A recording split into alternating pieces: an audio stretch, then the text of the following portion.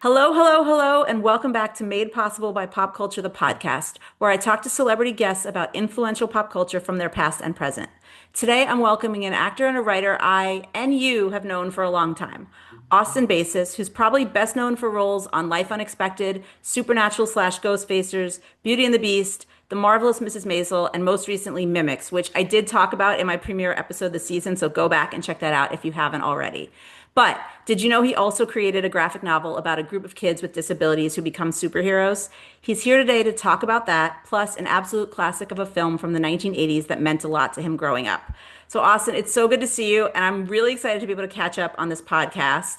Tell me a little bit about how things are, what's going on in your world today. Just putting out this. Thanks for having me, by the way. I remember our old interviews at the Starbucks on Laurel and Riverside, Laurel Canyon, Riverside, Yeah, I and was like, you're kind old of giving school. away a little too much about where we live, but sure, yep. I don't live there anymore. Okay. Um, and then we did, what was it? Did we do Oh, you Nintendo? Yeah, so I had and this is still available on my YouTube channel for anyone who wants to check this out. I had kind of a prototype video series called We with the Stars back before there were things like Hot Ones where people like watched interviews over weird things and we played a Yes. game of Wii. I can't remember if it was like bowling or tennis or which Wii we played, but we did an interview for Life Unexpected because that was what we were on at the time. And I Yeah. probably also asked you supernatural questions because I covered that show so much. But yeah, that was one of my like, let's see if I can get sponsorship and make this a franchise type of thing. And then Yeah. I ended up taking a job where I couldn't continue even if I had gotten sponsorships. Yeah. So Yeah. it was a short-lived, but it was fun. And Yeah. you hung out with my dog and that was shot in my apartment. I feel That's like right. this is a little bit more hopefully on the level professional because we're at least in our own spaces. I no longer That's make right. people Yeah. come Yeah. to my house. Yeah. Did you ever follow that room raider thing during the Oh pandemic yeah, of the backgrounds? Yours yeah. is pretty good. It almost looks fake. Like it almost looks like Oh, like a screen that you put thanks. up there. I also have I didn't use it before, but I have um, a Kinetix specific backdrop that I could use. And when we talk about the Kinetics, Yeah. I'll flip it on. Yeah. Yeah, but I'm so excited you're here today. I always like to start in the past with people, and I want to talk a little bit about your relationship to pop culture in general growing up, because I know you were also a big sports kid. Oh, everybody who's There we watching on YouTube, go. there's his Kinetics backdrop. Oh, that's I, so I cute. I'll put it on when we talk about the Kinetics. That's super cute though. So I know you were a big sports kid and you still are a big sports guy, at least baseball for sure. Yeah. Where did your love of pop culture fall in? Did you feel like you had kind of an equal relationship growing up, or was one maybe more important to you at certain points in your life before you decided you wanted to go into this business? Well, I always had like the simultaneous like school plays, love of Halloween, dressing up in costumes. Always had like 24/7, 365 costume chest. So when kids came over my house, all my collected costumes, we used to have like a place in Caesar's Bay, Bazaar. Do you remember Caesar's Bay? I do, Uh, yeah. I was like, for anyone listening, we grew up very close in neighborhoods. Yes, so that was in Bensonhurst. It was between us. I was in Coney Island, Seagate, and you were in Bay Ridge, right? Yeah, yeah. Caesar's Bay was right in between us on the Belt Park off the Belt Parkway, and they used to have this booth that had all costumes, masks, magic tricks, all the prank stuff that like Pee-wee's Big Adventure had in it. So I would go there, and when my mom was shopping or my dad, they were shopping for other stuff at the thing, I would pick up little gadgets, like the Mm, gum that makes your mouth turn blue, like fake blood, yeah. and like Did, alternate, yeah. did you have those fake cigarettes? Because that was popular when I was in like middle school. They looked like real cigarettes and you could blow smoke. I don't know what they Yes. put in them. I'm sure they were not healthy if you accidentally inhaled, but Yeah, it was like powder. yeah, it was a step beyond like the candy cigarettes and the gum cigarettes. It was a Yeah, weird thing to sell to children, but I guess you're selling vapes to children now, so it couldn't be worse, I guess. I know. I mean, we came up when Joe Camel became popular, and as a kid too, it's like Joe Camel cigarettes are harsh, right? I'm like, this is like the anti, plug, but it's Right. like, everyone's like, oh, Marlboro Reds, Lucky Strikes. Camels are pretty strong, and you like that. Those are for like hardcore smokers Yeah. and like, you know, all different types of smokers. But yeah, like I always had that love. I always played baseball mainly. And so I would, get home from school and run out, and we play ball and basketball, and back in the 80s riding our bikes around doing, tricks and building ramps and doing all that stuff like BMX biking and stuff. But and once team sports began, every team had their season. So baseball would have its season in the spring, Mm, and a lot of times the fall would be the school play, or right. fall was Halloween. So until I got to high school, when I kind of played soccer for 4 years and basketball for one, in addition to baseball, my schedule wasn't open that first year, but the next 3 years I was doing what it was Midwood Sing, like sing in high school. It Yeah. was like competition. It was a Brooklyn, New York thing, and I think other We places did did it. it, I but went to school in Manhattan for high school. We did it there too. It was technically competitive. Like each grade puts on their own yeah, play. They write, they direct, they do everything. And then like there are judges that are usually just alumni and teachers. yeah. But I don't know, I didn't feel it. It didn't feel competitive to me like sports felt competitive to me. No. I don't know if it was different where you were. And I was telling this to, I think, my wife or someone recently, where I realized that guys that play team sports like football, the glory days, and have those like moments in high school, uh, you know, are always, or a lot of times, like traditionally or stereotypically out of shape later on in life, because I always, the most difficult transition in adulthood is doing stuff without a team, right? Doing stuff individually, like running or like any type of like solitary sport, Hmm. because just like why I like acting and being a part of a ensemble and collaborating is because of the community, is because of the team. And so, that kind of like need or desire to be part of a team, or be participate in team sports. I played like out here in LA. Me and my brother played adult like amateur in a baseball league. Really most of the time barely high school players, and as you Hmm. got up to the division, sometimes there was college players and Hmm. better, but for the most part it was like we just continued playing like we're in high school, but with main adults. And I mean, we used to play on a team with a 50-year-old, a 50, and I'm almost there. So Well, it depends, I think, too, on like how old you are when you're playing with these guys, because it's sometimes I do feel like it is community and it is team, but it's also like networking in an interesting way, yeah. especially out here in LA. Like I know someone who plays on or he used to, I don't know if he still does, dodgeball team.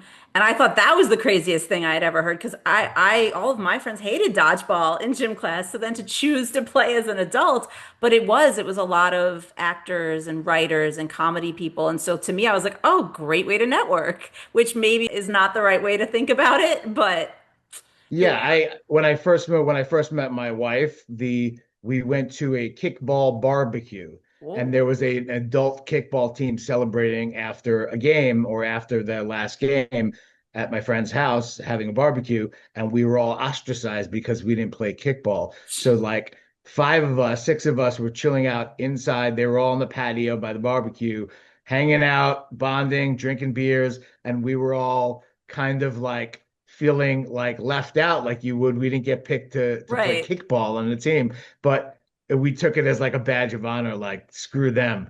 Um, but yeah, that competitive nature of competitive sport, not just competitive sports, but competitive team sports, Mhm. definitely had to be shifted into like, me auditioning and, Right. being in competition That's basically true. with other actors. So it had to be a shift of like, yes, I'm in competition with them. I'm trying to beat them out for a role, but it's more of a competition with myself to be do the best I can, with the time and the skills I've acquired, the time I have and the skills I've acquired, and to like leave it all out there on the field. Yeah. I think that's also, I say this a lot, but it's a healthier way to think of it. A lot of people that I've talked to who are auditioning, if you say the word competition, they get a little squinchy, like they don't like to Yeah. think of it that way. I think that's smart. I feel like if you go into it worried about the other people around you, you're already in your head in a way that can't be good for the work. Yeah, I think that's definitely a thing for some people, but and I would get those vibes. We've shifted to virtual auditions Right. and That's true. self-tapes.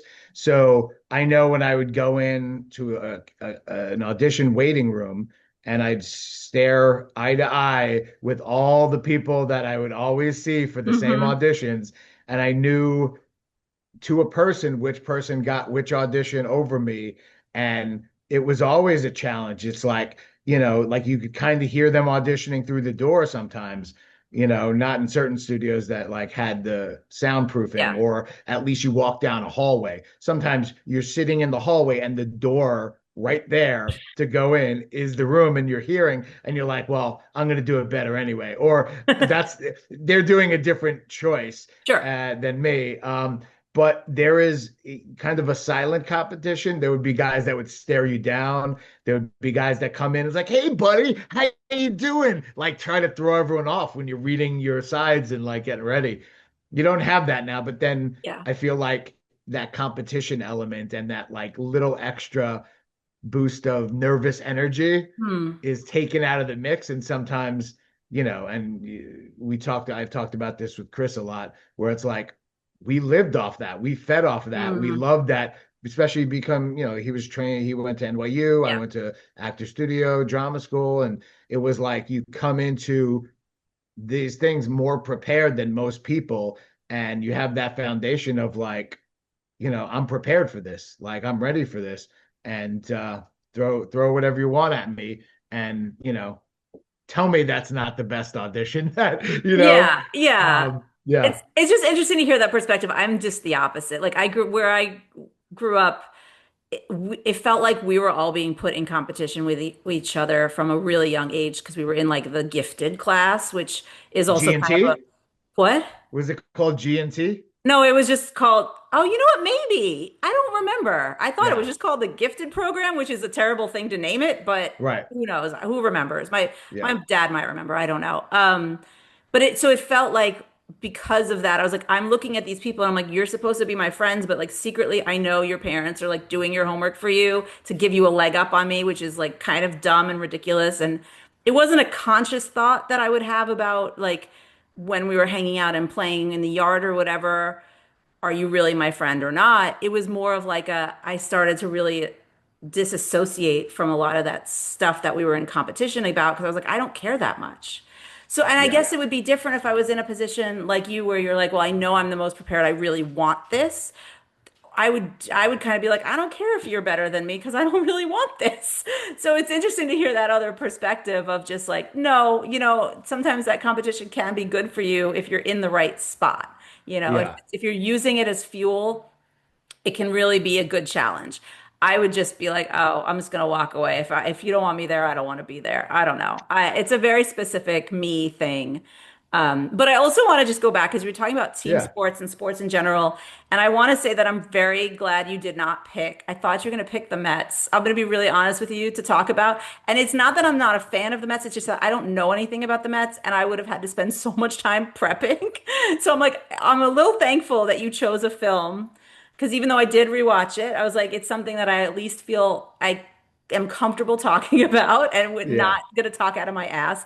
And I want to set this up. You chose ET and you chose it for a special reason that you'll set up, but I do feel like some of the things that you've been talking about already maybe explain why you've picked this film. Like the talking about this community and even in that film, the way the kids kind of once Elliot tells them about finding this alien and harboring him, like they really come together. I don't know. I don't want to put words in your mouth if that's at all what you were thinking about the importance of this movie to you, but I do want you to kind of set the scene for everyone listening and watching about seeing this movie for the first time, where you were, what captured you the most on that first viewing, and what made you want to see it in the first place? What was, if you remember, the draw to even go into it? Because I mean, we don't know, we didn't know back then as much going into films as we can know now, because the information, leaked photos and whatever is so much more available. So I feel like you really have to rely on those trailers, the Yeah. names involved, whatever it may have been for you. I think back in those days, the trailers, the soundtrack from the trailer was very similar to the movie. So it's like I feel like that ET music, da, da, da, da, da, da, like that John Williams kind of like that combined with like an alien, like Mm, that I don't know if I decided or I saw that trailer and my parents decided that's going to be the movie, mm, but it is the first movie I remember going to, and I never I had been in auditoriums, obviously at school and in shows. I actually think I saw Annie on Broadway before I saw E.T. So talk about pop culture. Um, no, but that's uh, cool. but I immediately we got the soundtrack and we had this cycle of Grease, Annie, and kind of a lot of musical soundtracks, mainly from films, but also from plays. And that led into going to this theater by us in Brighton Beach called the Oceana. Do you remember it? I don't. I don't think I ever went that far for a movie, I'll be honest. We Yeah. had a couple in our neighborhood, and my mom would just take us on the bus or like in a Yeah, couple yeah. tickets. I think it was called the Oceana or the Oceanic. But it was on Brighton Beach Boulevard, very close to where they filmed the Nora. Like I Oh, remember a couple of the spots where they were driving around, looking in Brighton Beach, and I'm like, that's the intersection, Coney Island Avenue and Brighton Beach Avenue. But it was a sixplex, a five or sixplex, and it was one of those places that had the ticket booths on the side and the big marquee. And we went in, and I remember, my mom is, and I kind of have inherited this, is mm, perpetually late. And she's a little better in her, retirement years, and she was a teacher, so she was never really late to class. She was just late leaving the house to social gatherings mm, where we'd be sitting in the car waiting. And so when we got in there, and I think there was like a really long line, because that was very much how movie theaters were in yeah. those days, is like we got in there, and I remember the movie just being on, no trailers, it just being on, and we're being like kind of snuck into the three open seats or one open seat, for me and I think it was my mom and my dad in the front row. I Oh remember no. just being so close and just looking up, right? And I remember it being that, I didn't see before when they were chasing or like following the UFO, Oh, but the moment when they're on the spaceship and you see through the plants and the other ETs like kind of like gallivanting right. around doing all their samples, their vegetation samples.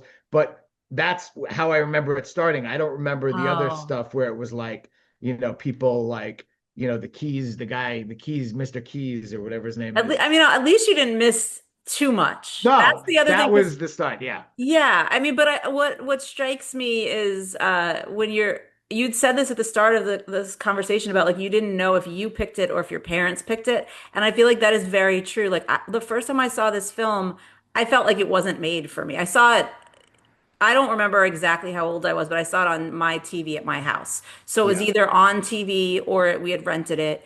And I felt like it was made kind of for the nostalgia of like those people who miss childhood. So like yeah, to hear you say that maybe your parents picked it for you, but you still, it still meant so much to you watching it that like you still connected with it. That to me yeah. is really special.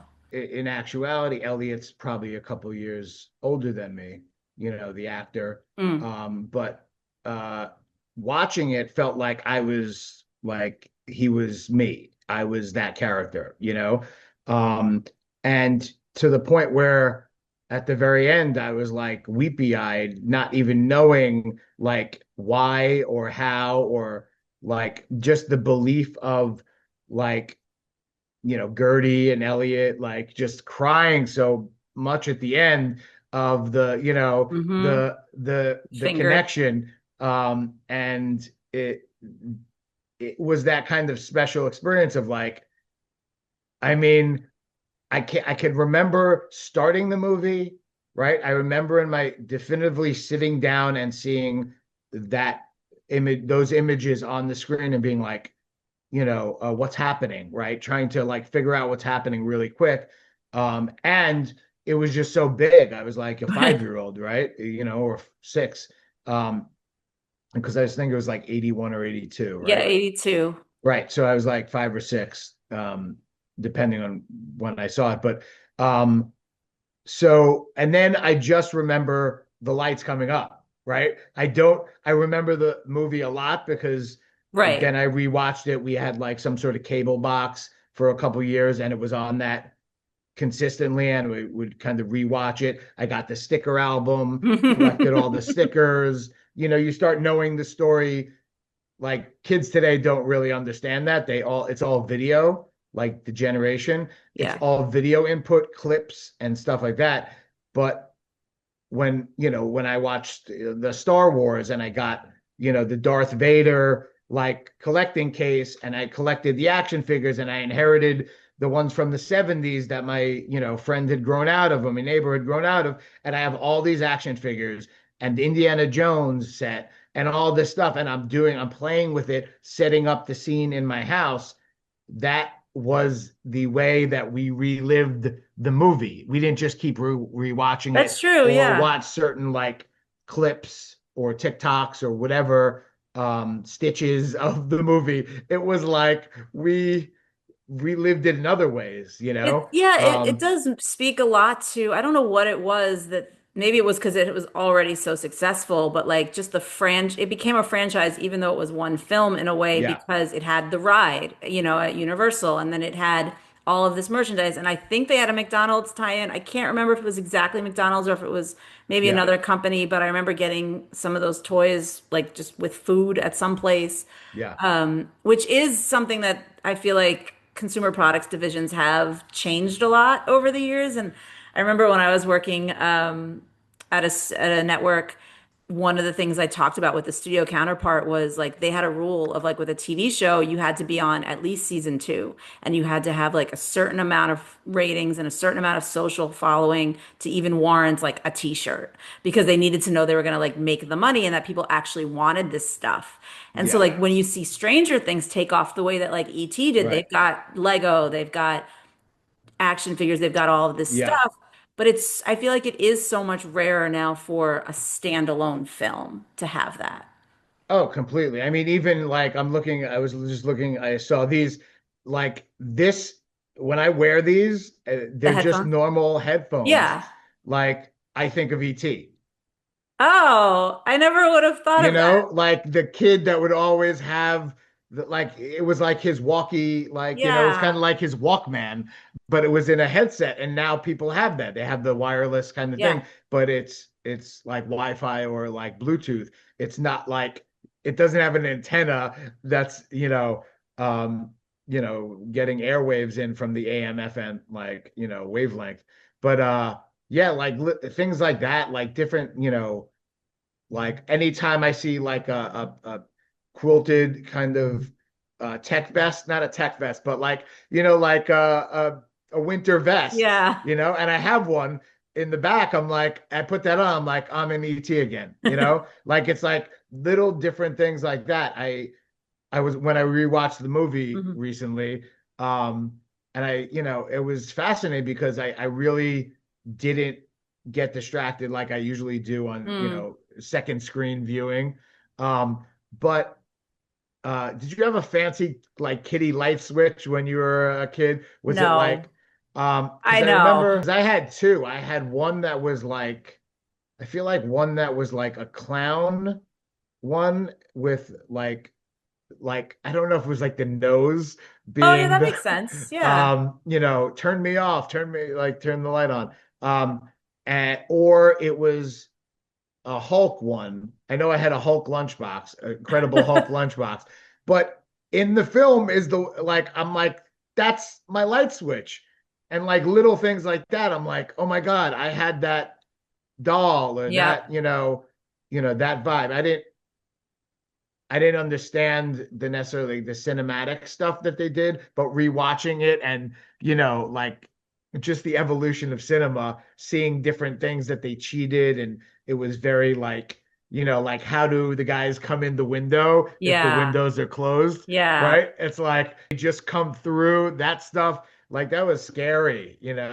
Um, I mean, that's what I found about this film. Like the first time I saw it, I do remember feeling like, oh, there's a lot of, that's why I said I thought it was not made for me because I was like, there's a lot of adult stuff here. And it was, yeah, what I was more scared of was the way that they connected. Like Elliot and E.T., like because they somehow connected emotionally, it also turned into that physical connection. And like it's sure it's funny to watch Elliot, stumbling around drunk in school and having all of these moments in school that he would never normally do because of yeah, things that ET is experiencing. But then when they're both dying, like immediately after, yeah, I was like, oh, this is another level. And that's why I yeah, feel like watching this film with a lot of the things that I grew up watching that I watched over and over again, I feel like if I had not seen them first in childhood, I would not care to see them again because I had the nostalgic attachment is what mattered. But I think it's the opposite with this film because yes, there's the nostalgic attachment that's yeah, important.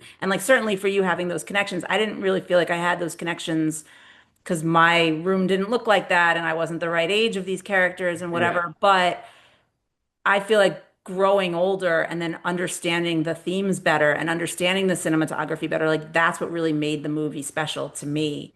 To the point where, like, when my last dog was dying, I kept saying, I was like, you have all the things I should have. Like, have I become ET and you're Elliot in this situation? Like, what is that? And like, it was a weird thing for my brain to think of, but that's immediately where my brain went. Cause I was like, he got diabetes. I should have diabetes the way I eat. And we're going to talk about that later because of the yes, kinetics. yeah, But I just found that so interesting from hearing you talk about like as somebody who like could see himself maybe in Elliot's shoes, that probably did change how you saw the film on your second viewing. I don't know if you remember the second viewing, like if because I'm assuming you probably were a little bit older and maybe like your situation well, had changed in terms of like what you connected to and what you yes, loved yes. most. Because there was back in the day there was actually an HBO like in a Oh home yeah. box office, so they had a box. We had WHT, we had the cheaper one. I think it was called Wometco or something, Okay. but it was like we had the cheap box that had like the secondhand movies that like the premium channels that don't have all the good movies or the streamers that don't have all the good movies. So, but they, I think they got ET and I was able to watch it. Somehow. And I think when I saw it the first time, like I said, it was like a blur and it Right. felt like very immersive because I was sitting in the front row and everything was so big. But I also, like I said, felt like Elliot. Yeah. And I kind of experienced it through his. I don't know if I necessarily teared up when they were getting sick together, Mm, or it was clear that they had separated, that ET to save Elliot separated, or right. I don't know exactly what happened, but ET started dying and they put him in the cryo Right. tank and Elliot became all right. But at the end when he had to leave, when he had to say goodbye, that was the thing that that always got me. What makes me emotional nowadays is in general happier moments of love versus loss. Mm, Um, so I've had, some people in my life pass away, and that's obviously sad. And I've had my moments of mourning, yeah. but in general, consistently, when something good happens, or there's pride, or there's a moment of love, like, ask anyone that was at my rehearsal dinner for my wedding. I don't know if I got through a speech or a toast of us giving a gift to the wedding party Mm. without crying. Like, and as it went on, I kept crying worse and worse, like to the point where like everyone makes fun of me because when I got to my brother, I only have one brother, and we grew up kind of best friends, and so like I just couldn't speak, and I just said my brother, and Oh, I was like trying, but that's the type of stuff, that type of emotion, hmm. like, is connected back to there, that moment, especially theater, cinema, like acting, when rewatching these things, it's not like I'm experiencing it again. I'm realizing that these are characters that, I don't know, for better lack of a better term, that I lived with, Right. and then I'm like kind of revisiting them after leaving them for a bit. So it's like almost like a reunion. Mm, And then again, like I had those stickers, I had, yeah. different like toys that feels like I feel like there was a nightlight, Oh, I'm like sure. they They had had all different, yes, and that's what I mean. Like they had everything. If you could put ET yeah, on it, lunchboxes, clothing, dolls. I yeah. at one point somebody gave me the plush doll, but I thought it was too creepy looking and I didn't want to keep it. I mean, it just looks like ET, but there was something about ET, and maybe I don't know. I don't want to gender this, but I do wonder if maybe because I was a young girl growing up at a time where like things were still gendered, that ET Hmm. doll looked to me like too male. Like it didn't have genitalia or anything, but it just looked to me like this is not a girl's toy. I don't know what to do with it. It's not cuddly like my other stuffed animals, which is Yeah, horrible. Gertie fell in love with ET. I should have too. I know. Gertie.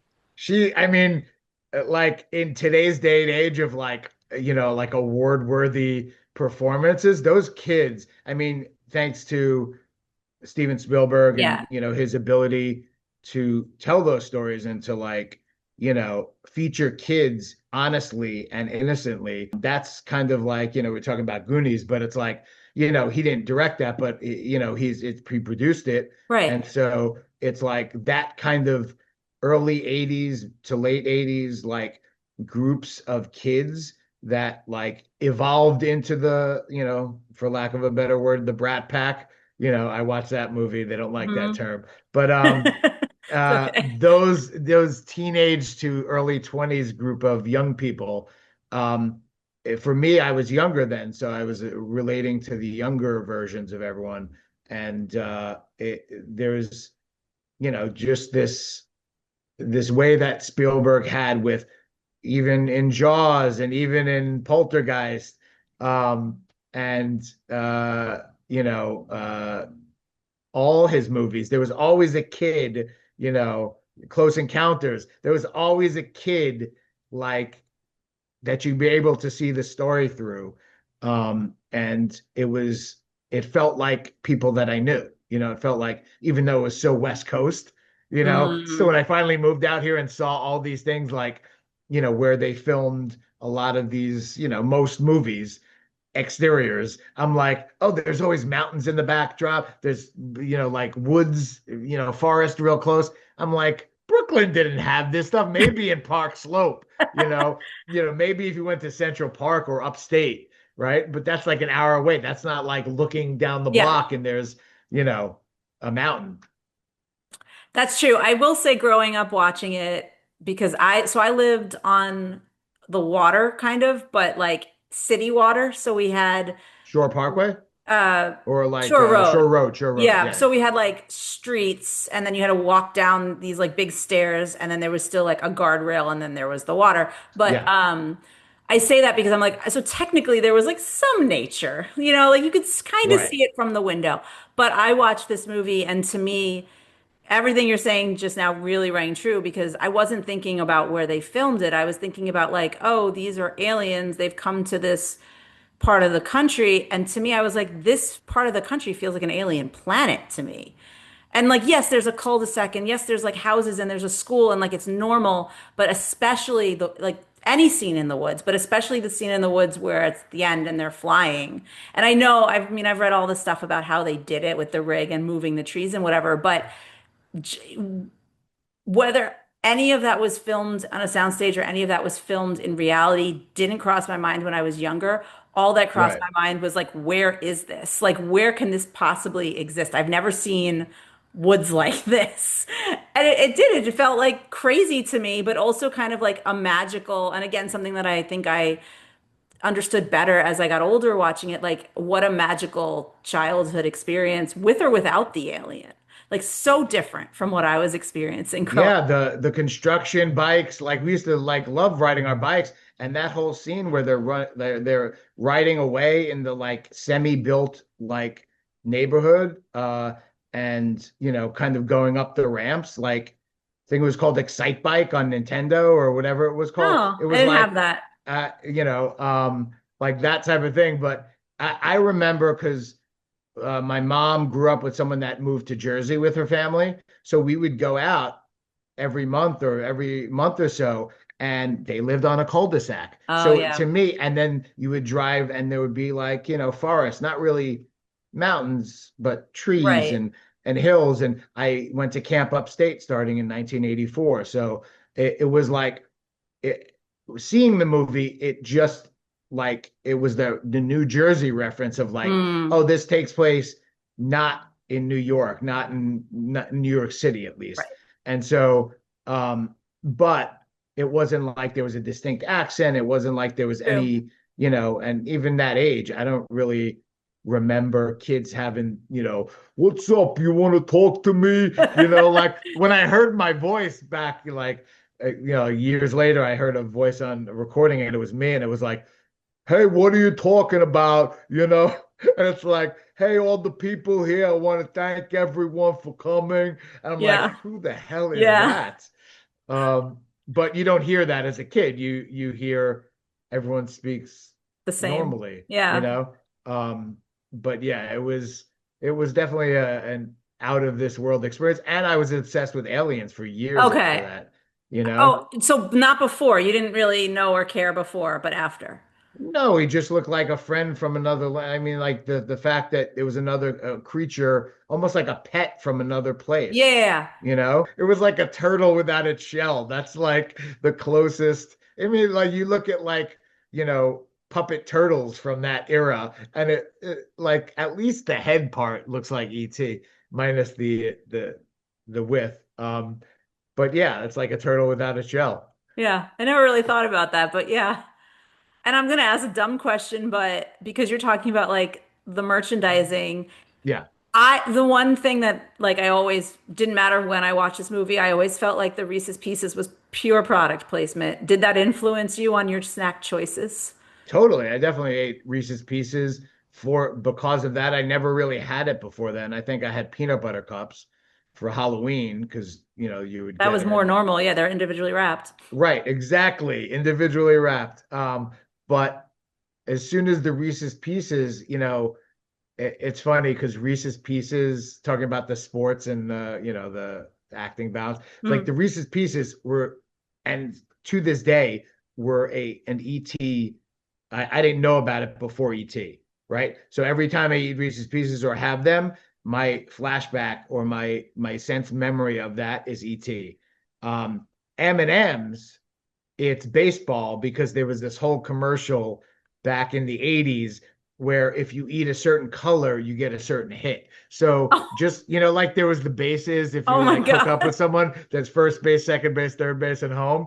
For baseball, there was like all the different colors of M&Ms that people would eat. And it was like he's eating the M&Ms and he eats a green one. And then he gets up to bat and he hits a home run. So there was this whole chart of like you eat a green one, you get a home run. I don't know the other colors, but it was Sure. like if it was yellow, it was a single. If it was orange, it was a double. If it was, red or blue, which was rare, it was a triple. And then green was a home run. I'm starting to Brown was a strikeout. I'm starting to think that this is Uh, why we make these jokes about artists who need writers that have only single color M&Ms. Like I always thought that was like a ridiculous thing, but now I'm like maybe something seeped into them subconsciously from this commercial It because may have. if It may you're have, if yeah. you're saying there's a certain level of success attached to a candy, which by the way, they all taste the same. It's not like Skittles where like the red one is a different flavor than the orange one. Like that's crazy to me. I don't remember that commercial, but that's crazy. I don't know if the red ones existed until a certain time, or the red ones existed and they like got called out because of the food dye. Oh, maybe. They added a I couple remember colors. I think the blue may have been a new color. I would always eat the red candies first. It didn't matter what they were, and I don't know why. I think maybe because they were just the brightest color sometimes, so that's why I Yeah. went to red, but it does not matter. Um, so obviously you've had a lot of influences over the years and you've had a lot of success as an on-screen performer and a voiceover actor, but you created a graphic novel, not a short film. I kind of thought this is kind of this material, the Kinetix is like ripe for like a film, an animated series, like something visual. And it still could be. Yes, he switched his backdrop. It's very cute, you guys. You should all come on YouTube and check it out. It still could be. Like there's always I'm sure the talk about adapting it, but what inspired you to go the graphic novel comic route? Yeah, so it's a big evolution because once when I was doing Beauty and the Beast, towards the end of that, I started like writing with my friends Dave Malbeck and Josh Taub. We used to do improv in New York together, and we had done this, kind of before what we do in the shadows. We had done this Dracula spoof about Dracula going to a Jewish sleepaway camp, and we would do this show. It was called Comedy, and we every week we would do a different theme with which had sketches in it, and that would lead into improv, like short form improv. And we'd have like a musical guest, stand up comedian guest every week. We'd do like a new show. So it's very like fly by the seat of your pants. And Josh and I had written this thing called Dracula Goes to Camp, where it was like our experience going to Jewish sleepaway camp mixed with what if Dracula was a new camper. And so we wrote scenes with an arc of like Dracula going to camp for the first time and having all the issues, the medical issues that Dracula would have. Like he can't be out in the sun too long. He Right. has to wear like 1500 SPF sunblock and his retainer that he has to wear at night, his night guard, like stuff like that. So we turned that into a web series and we're trying to pitch it to like CW Seed at the Mm-hmm. time because I was currently on and do it as like kind of like a short form web series. Um, and they had done a Dracula the musical thing. So we were submitting it to like the Sundance TV lab, right? So Okay. we had made the second round and we wrote three scripts to submit as the, kind of the second round, and then a video presentation of like what the show would be. Um, and while right after we submitted that, my friend Dave and I were like, what are we going to do next while we're waiting? Because it was like a couple months. And we started tossing around these ideas. And one of the ideas was I had met through my diabetes work, I had met kids all over the country, but in Canada when I was working, this kid that used to tell his friends that he was a cyborg instead of explaining what an insulin pump was Oh, and his, diabetes paraphernalia, because you start explaining that and like, what's diabetes? And you have to go down this whole road of like, he would just say, I'm attached to a machine, I'm a cyborg, like, and I'm like, that just stuck in my head of like, what if he was really a cyborg? Like, what if he was really, that was his Superman or superpower uh alter ego, like hmm. superhero alter ego. And so we started tossing around ideas for other characters that could be in this group, how they would tap into their energy. And that's why it's called the kinetics, because it's all about potential energy. Hmm. And, it's just a play on words of like tapping into that potential that, if you're a kid with a disability or chronic illness that you've kind of had taken away from you, or Mm. people see you as like less than, or that you're not a complete person, that emptiness is filled with more potential, right? So you have that to tap into, whereas other people don't.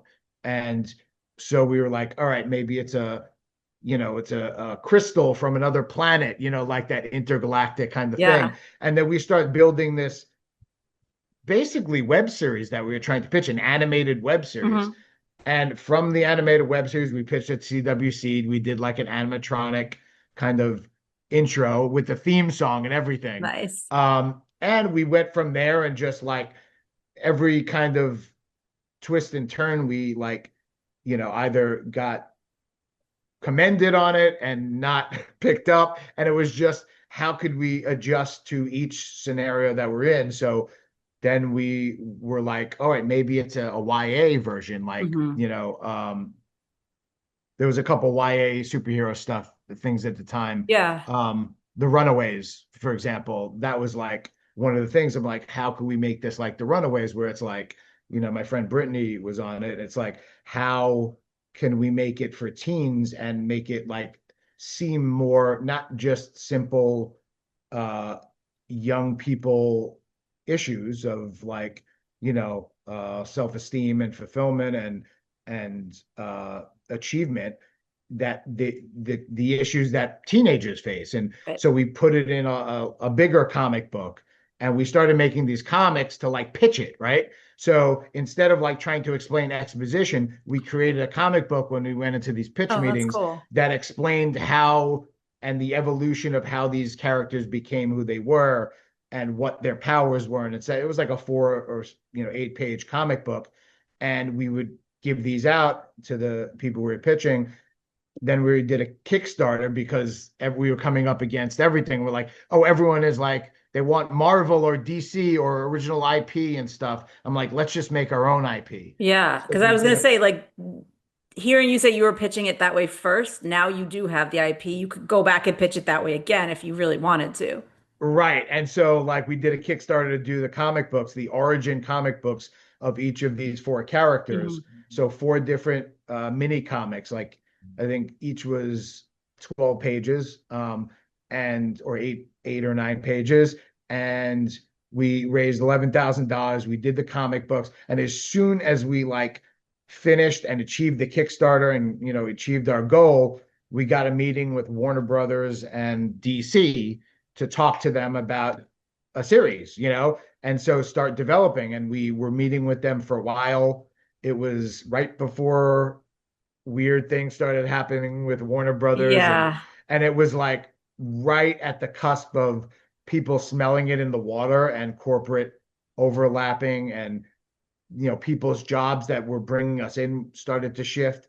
And so for a while we were talking again with Warner Brothers, and we had kind of resolved to do a comic book, to do a full comic book that would be the pilot, right? Hmm. And they would like distribute that comic book through DC, through their distribution, the publishing wing of it, and that would be the test waters for like the show. And that's basically as far as we got, because shortly after that, the pandemic hit. Right. All these mergers of corporate, companies started overlapping, merging. People, the person that brought us in moved to a different company. And so, like, no one, like, that was the person that cared about us, that was Yeah. ushering us through. And so, hit the pandemic, and we're like, what could we do now? And Dave, the artist and one of our co-writers, started drawing based on the art that we had, and based a lot of the artwork, because this is very simple drawing compared to our original like comic book style, like Okay. muscular and more teenager. We put them in middle school now, and now we were using like Dogman and Okay. Captain Underpants as like a model of like that middle grade Hmm. reader demographic of kids that could read but would appreciate the art and the story and the comedy and the some of the poignancy, that were a little more mature than just a picture book, but weren't high school, right? Right. Weren't high school age and didn't want more out of it from like a relationship that, culminates in a dance at the end, versus something more, Right, right, like, right. It's yeah. So interesting yeah, because that was I was going to ask you a little bit about the art because like it also feels like sometimes the art, the image, the visual, whatever it is, if it's a drawing, if it's an animated motion, if it's an actor cast in something, can make a lot of difference to the characters. Once you did decide to age them down and to use this style of art, did that change anything for you in terms of like even who they were going to be? The fact that you have, I mean, as we see here, the four main ones, it's a kid with diabetes, it's a kid who doesn't have legs but becomes super strong, a kid who is on the autism spectrum, and one who's deaf and uses ASL. And then there's a fifth one that you don't have here, Sage, who's kind of their teacher and like that's their right. Professor X, if we can compare. I mean, it's not, Yeah, yeah, I yeah. wouldn't say it's like too close to X-Men where you can't enjoy both, but I did kind of get that like feeling of, oh, at least they have someone to guide them, you know? Right. Did any of the actual images affect anything in the story once you had the idea of like what they looked like and what they were going to be able to, or how they were going to be able to do things differently since you're drawing it versus animating it? I think the biggest thing for me, at least, that we changed is obviously it was the simplicity of it. It was clarifying the core story versus embellishing Mm, and trying to detail the fill in the details that would have been like more pertinent for a teen audience, or more registered, so that the message and the lessons and that the basic idea that your perceived weakness can be your greatest strength um, would be understood by an 8 to 12, 7 to 12-year-old audience. Um, so the purity of the art and the simplicity of the art bled directly into, it's like an actor. Like you're trying to yeah. make choices that simplify the performance and don't make it so complicated that it's unrealistic, or you have to do all these juggling act things that happens in the story. But if you're just grounded and your choices and your emotions are clear, I think the performance comes out better. And in the same way for the book, the story, the messaging, and the characters' core differences and innocence, Mm, really comes through. And that was thanks in part to Dave's art and kind of uh I've heard this word and it's not the right word to use for this, but it's like it titrated the story. oh, It like, titrate, they yeah, kids yeah. would be like, what's titrate? I was like, that's high school The chemistry. parents who are buying the book for their children hopefully will understand. May not, like, but filtered and kind of solidified um the essence of the story that was what we wanted to get out there as the Yeah. message and the idea that, though different on the outside and, maybe on the inside intellectually or biologically, that it was the same way my experience with diabetes is like I always felt like I had to deal with all these things from 9 years old, 8 years old, when Hmm. I got diagnosed with diabetes, that all those skills and that responsibility that was laid on me at a young age, like, gave me tools and filled me to the point where I was able to succeed in a totally separate, you know, um, profession and in a different way than just keeping my blood sugars in check Yeah. and making sure that I don't go low in the middle of, performance or uh driving, Yeah. and doing that life responsibility uh allowed me to achieve better, and inspired me to achieve better because I had to work harder to just be level Hmm. with most everyone, even with something like diabetes that's not, uh, extreme, autism. Everyone has their own challenges, but it's like, and that's what we tried to highlight, that the disabilities or the chronic illnesses weren't eliminated Right. when they got their I was superpower. gonna say, I thought that That was a good choice. A lot of people probably would have gone the other way, and like that's not yes, obviously the point of your story, but that's also, not something I think stories should be doing because you can be very powerful, you can be very special, even right, if you're a little bit, and I don't even want to say different because like everything is technically a spectrum, and we're all on the spectrum. We're just on yes. different points of it. Totally. And I listened to is Kristen Lopez that you Yes. Yeah, interviewed. yeah, yeah. Right. I was listening to that, and one of the things she said was that maybe priests or people would talk to her and say, one day you'll walk in the with the Lord in heaven. It's kind of like Well, you don't have to walk to be a human being. yeah. You don't have to be able to hear or speak to be a superhero, right? And so um we wanted to make sure that you know the fact that they have a superpower is not does not change the fact that they still have the disability or the Yeah. chronic illness.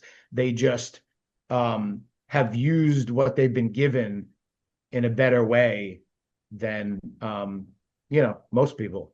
Yeah. And you bring these characters, I mean, just speaking to what we were talking about earlier in the episode about like the idea of teams and communities, like you bring these characters together to work together to defeat what is a very evil entity from, not our place, not our earth. Yeah, But these are characters that, in theory, probably would not have hung out together no, otherwise. So I think that's also a really interesting part of the story of just like you're creating whatever word you want to use, community, team, family, whatever.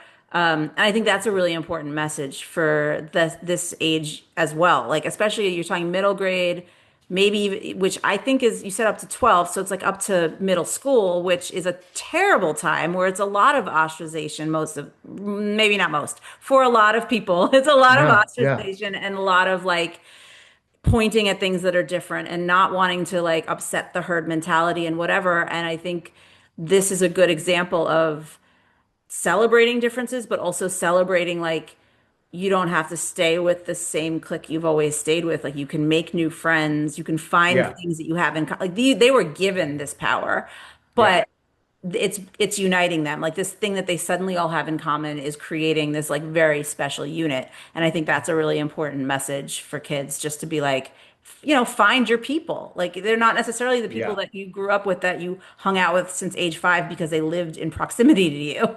right. Like that doesn't prove friendship in my mind. So I think that was a really nice touch on the story, which I don't know how much was maybe your intentional message, but like definitely a nice extra message. Yeah, I don't know that we intended, but definitely teamwork, because teamwork makes the dream work, as is said multiple times in the book. But we didn't make that up.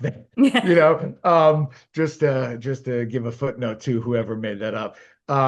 The I think but the idea that as an adult, working in the industry, there's I know a lot of performers with disabilities, and they all come from a different background, but somehow, and different disabilities, different illnesses, they somehow come together to fight for the rights that each one of them might not be afforded because of their individual, whether it's wheelchair accessible stuff Hmm. or um, subtitles or audio description for people with vision loss. So it's a very interesting thing when you start talking about these kind of political movements for equal rights and change, because a lot of the communities, there is a spectrum of Yeah. how each of those sections of the within the community is affected, whether it's like the Latinx community of like there are people from all different countries, and this country as well, but all different, there's a spectrum of how they're treated. And in the same way, more specifically with disabilities and chronic illnesses, each community has its own challenges. Yeah. Like you guys talked about Forrest Gump Hmm. and talking about people that acquired disabilities and Right. having that experience of life without a disability, and then kind of smacked in the face by getting your legs, kind of blown off in war, and having to deal with what, Jules in our story, Deadlift, was born with. That's a different journey, Yeah. but they could relate similarly. Kind of there's crossover stuff, but I think when you bring them together as a team, fighting for good and fighting against the evils of the world, whatever syllogism you want to use or analogy to our current society, Hmm. um, it all works because, again, these characters have been simplified down to their core issues and essences, and they each have their own individual personalities, and they're three-dimensional. They not all of them are all kind of saints, let's say. They're Sure. No, I not, mean, they're you know kids. Like, I'm also like, this of is just course. this, as you said a few minutes ago, like you were working on a book that was like the pilot. To me, this does feel like just the start of a longer running series. And in that sense of like, no character's going to stay the same anyway. Like this, the way that you've compiled their stories, their origin stories, and then them training and then them fighting as a team and all of that, like it's a lot for one book. But it Yep. also they do change and grow along that one book.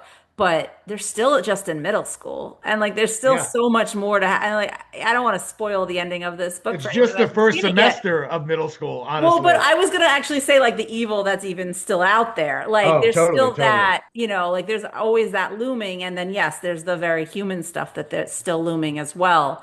Yep. So like that's, I mean, they're not supposed to be saints. No super. I mean, I think we learned from the boys that superheroes are not saints. So, it's okay. Nope. Yep. I will say they're not. I don't think any of them are going to get to the superheroes of the boys level evil. Oh, no, or graphic nature, Sure. Well, that too. these aren't soups. We're never gonna call Right. them soups. Right. Can I And just ask you, so yeah. I mean, you've talked a lot about like your diabetes experience and the work that you do with organizations, obviously, I'm sure has lent itself to this story. What did it take to kind of get that same level of expertise for the other characters? Because you don't have those experiences personally. So yeah, we had to do some research, and I so I would say the first two characters were Cybedes, Bobby Byers, and Jules Joyner, Deadlift. Because I have a friend, when we were training to get Mhm. in shape for our wedding, Okay. my wife and I were doing this thing called Cage Fitness at XMA, which was on Magnolia and Lancashire. It was a gym that taught extreme martial arts, but they also did this cage fitness class that was a half hour. You did 5 rounds of 5 minutes, and there was a 1 minute break. And so you would do these, kind of intense workouts with like a 40-pound like heavy bag with handles on it that you would punch it, you would like flip it, you would jump over it, like all these different workouts. And we're doing this, exhausting ourselves by like third or fourth round. And in the back of the class, there was this woman with no legs. Oh, wow. I want to curse now. Is there cursing on Yeah, this? it's the internet. She's fucking flipping back and forth, doing it, no sweat. Like could balance on her hands, like, a true gymnast that was just doing a regular class at the end Hmm. of her training on the trampoline, right? Um, so over the course of this time, this woman's name is Jen Bricker. She wrote a book herself, and you should look it up. She's just this, amazing motivational speaker, um, bright spirit that was born with no legs and was a gymnast. And the story, you look into the story because Yeah. uh, she's actually she was adopted, but she's actually the long lost sister of Dominique Moceanu, Oh, one of wow. the Olympic gold medalist for USA. So it's a very interesting. There's a lot of like documentary stuff on them reuniting and getting in touch, and her family or her realizing that they're related by watching the Olympics because she was a Wow. gymnast. It's a great story. We didn't obviously that's her story to tell, Sure. right? But inspired by a superhero, her superhero strength in real life, we created this character that was, an homage to the inspiration that she had. So talked to her, talked about her Yeah. family, like, what we can include that is not telling her story for her, but using her story as an inspiration for Jules's story. Um, and so that those two characters obviously were more fully rounded humans that were inspired by that. Um, when it comes to Brainstorm and Aftershock, there's aspects of both that are Dave Malbec. Okay. Um, you know, um, and there is, I don't know how specific diagnoses go, but Sure. there are, certain people I know in my family have, like my nephew has autism, he's profound autism Hmm. specifically, which is a very rare, extreme um, version of it. And so, like, kind of understanding what the spectrum is from the beginning, the Yeah. most functioning to the lowest functioning, and finding a spot on that we could have Brainstorm not violate what he's been diagnosed Yeah. or Daryl Dennis what not diagnosed on the spectrum, which is such a wide thing that for a storyteller it allows us to pick a spot that works for the story on the spectrum and pick a person that that tells that story while also having certain things that he's able to function. I Hmm. would say he's high functioning. Hmm. Um but the art kind of aspect of talking through art is Dave's direct experience with dyslexia. And I think we all have some form of anxiety and ADHD, Yeah. but whether it's diagnosed or medicated. Um, so not that Brainstorm is or Daryl Dennis is any of those, but his obsession with art Hmm. as his means to communicate and feel at ease and feel you know we didn't do any type of stimming thing or Right. things that would normally be unfortunately stereotypically involved in someone that has autism.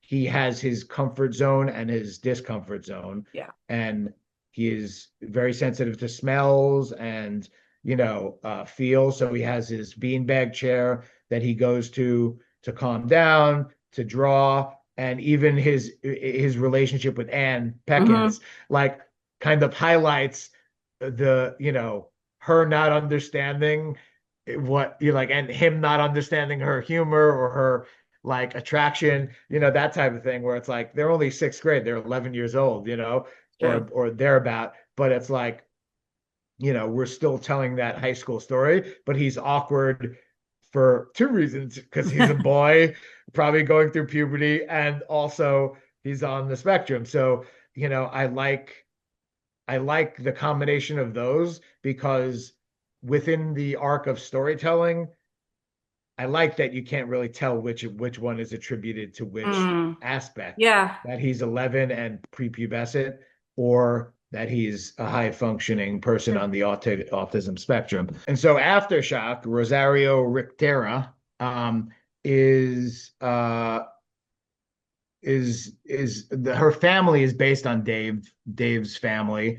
Yeah, I think the original Aftershock origin comic that we did through the Kickstarter was dedicated to Dave's grandmother, who believe is named Rosa. Um, so the kind of family lineage is based on that, and we worked with one of Dave's friends to be able to tell the story through visual ASL. Um, and and she speaks a lot of times. Yes, she has ASL, but she speaks through her photography. Hmm. It's like that is the expression of her art, emotion, her inner voice.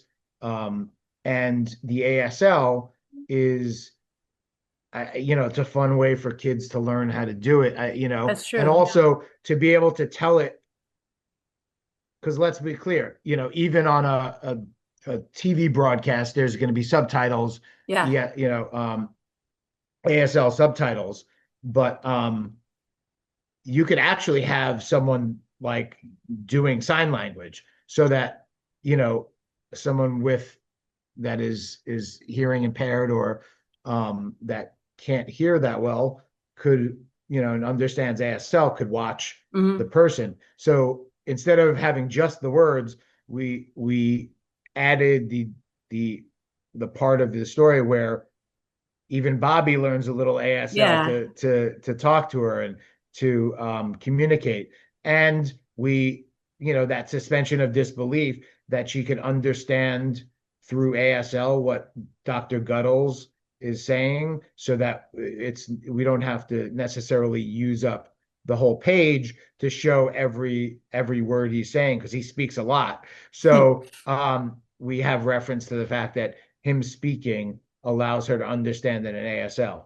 Yeah. Um, and so even in group settings, when everyone else is talking, you could, it's clear that she doesn't understand, right? Or she's not, that she has her own Right.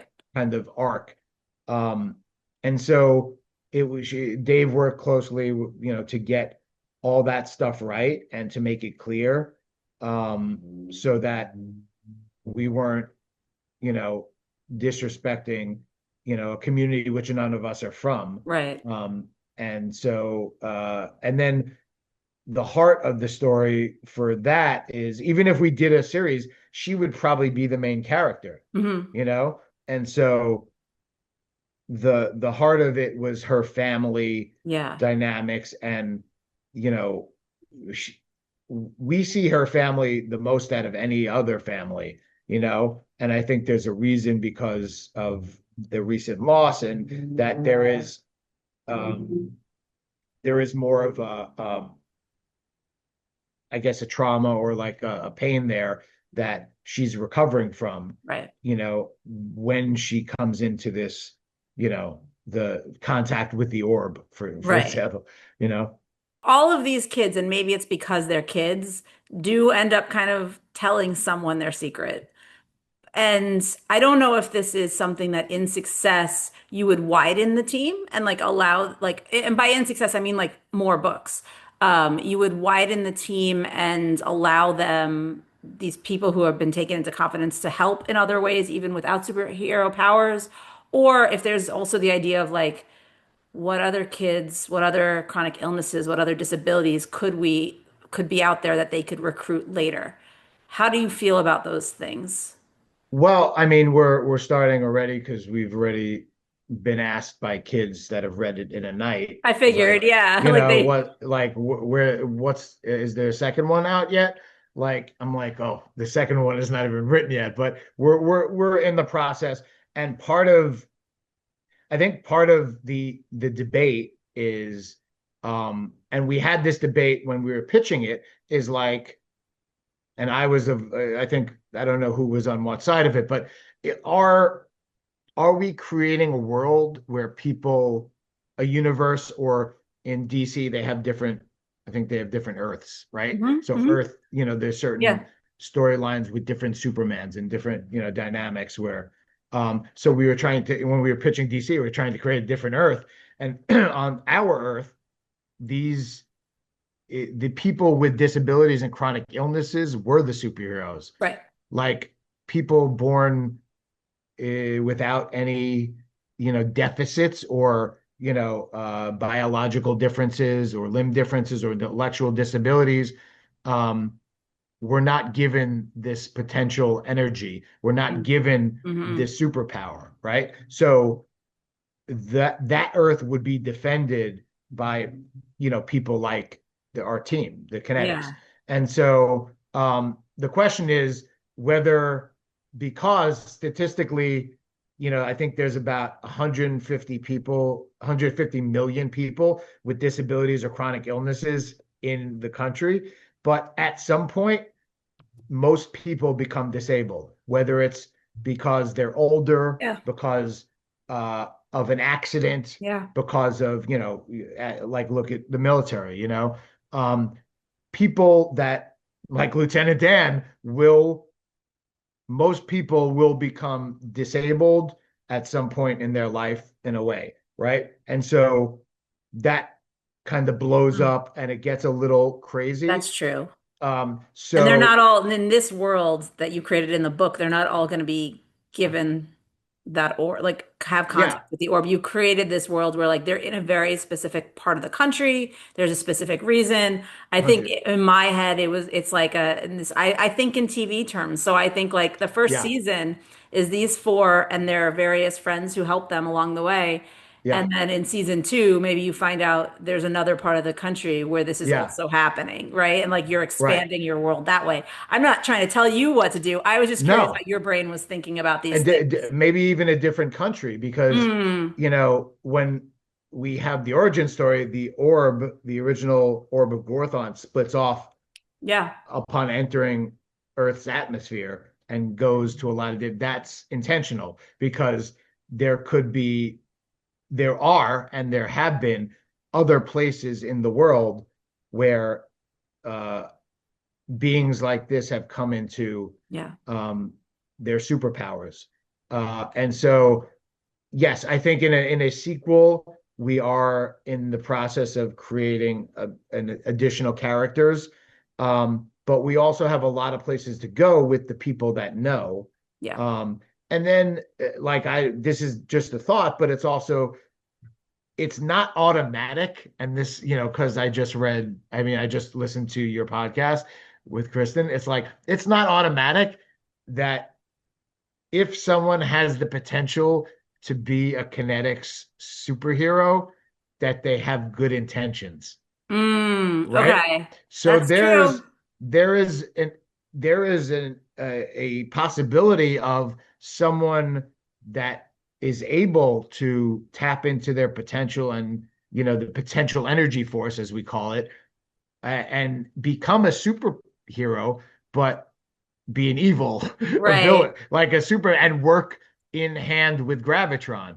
Hmm. Um, and as a kind of a representative, a liaison, or like an underling. That's not necessarily part of the story yet, but there is a potential for that just because it's not assumed, or Yeah. we're not living in a fictitious, like every person that has a disability or a chronic illness is all good and all well intentioned and pure and Right. saintly and blah blah blah. So I like that dynamic and I do like the dynamic also of the Runaways, where the parents are the Hmm. evil forces. You watch that, Yeah. right? I remember. So I mean, I don't remember details because it was a long time ago, but I remember the yeah, basics. but it was like the kids, Yeah. the villains were the parents, right? Like that's kind of Which like the perfect setup. Yeah, and I mean, again, because that was a teen show, like it felt like it also had that kind of double meaning of like when you're a teenager, you're seeing your parents that way anyway sometimes, but then in this case, Yeah, it's taken to a much higher degree because of exactly. what's at stake. Yeah. Yeah. So yeah, we're playing with a lot of different ideas, and um, there's a lot of the scientific kind of world building that Yeah, we, try to base in at least a jumping off point in scientific, like, elements, whether it's sure. potential and kinetic, or there's these different theories about the Big Bang and that it was that the world split off, or the universe split off into multiple, Hmm. dimensions, and that there's other, we're not the only universe that exists. Um, That and seems a so little complicated for middle grade though. we're not going there, Okay. but the idea that there is another dimension where Gravitron, kind of Yes. builds Oh, that. his, Yes, yes, yes. yeah, that the gray dimension that is technically another, in another universe, another dimension, that he has to get into ours to, battle Hmm. our heroes or try to take over our world, our universe, so that he could complete his evil quest for, you know, intergalactic domination, right? Yeah, I Um, was thinking of it as the Flash, the like multiple Barry Allens from, and they oh meet each yeah, other, and it gets, and I'm like, a 7-year-old is not going to be able to follow all that. A 12-year-old yeah, should be able to, but some of that was very confusing even for me. I was like, which one are you? So yeah, that's why I was thinking of the like down the road if you right. started to bring in more of that. Yeah, and like all those different things that we kind of built into the world are, kind of were built for Yeah. episodic TV. And so in keeping them in the graphic novel version or format, then we have all these jumping off points in addition to having a previous team that existed in Hmm. 1945. Yeah, that's So true. You could always flash back. flashback, time machine, portal, like, our kinetics could go to the gray dimension. That would be cool artistically. To fight Gravitron where he lives, Yeah. Um, and then maybe someone gets like we have different episodes that we've written into arcs where someone gets sucked into the gray dimension, and the kinetics have to battle and come together to figure out how to get to that person. Like, Yep. there's a lot of different, and in our head right now, it's like two other books, Okay. like a three-book series, but we'll see how much patience and where this book goes. But I think it's gratifying to know that when kids read it and they get it, they think it's fun, they've never seen these type of characters, Hmm. and that I think Dogman and Captain Underpants are a little younger skewing, even Yeah. though they're in the same style. That older kids could read this, and it could be all the words will be understood, and the visuals might be a little simple, but they get the story, and the story is what the important thing is. Yeah. Comic books and graphic novels are great storyboards for future films and TV shows, and that's the point. That's why all these things get adapted. That's true. Like The Boys, Yeah, it's all right like there. The Walking Dead, all these big franchises. It's all laid out for you ahead of time. Yeah. And the proving ground is the response to the story. Yeah. So I always like to tell my listeners where to find the things that we're talking about. What is the Yeah. best place for you if people want to go buy the Kinetics right now? Where do you recommend they buy it? Well, if you just go to kineticsbooks.com, there's links to all the sites. You can get it from where we published it, Ingram. But when we order our books, we go through Amazon, because they have all four versions. We have two Right.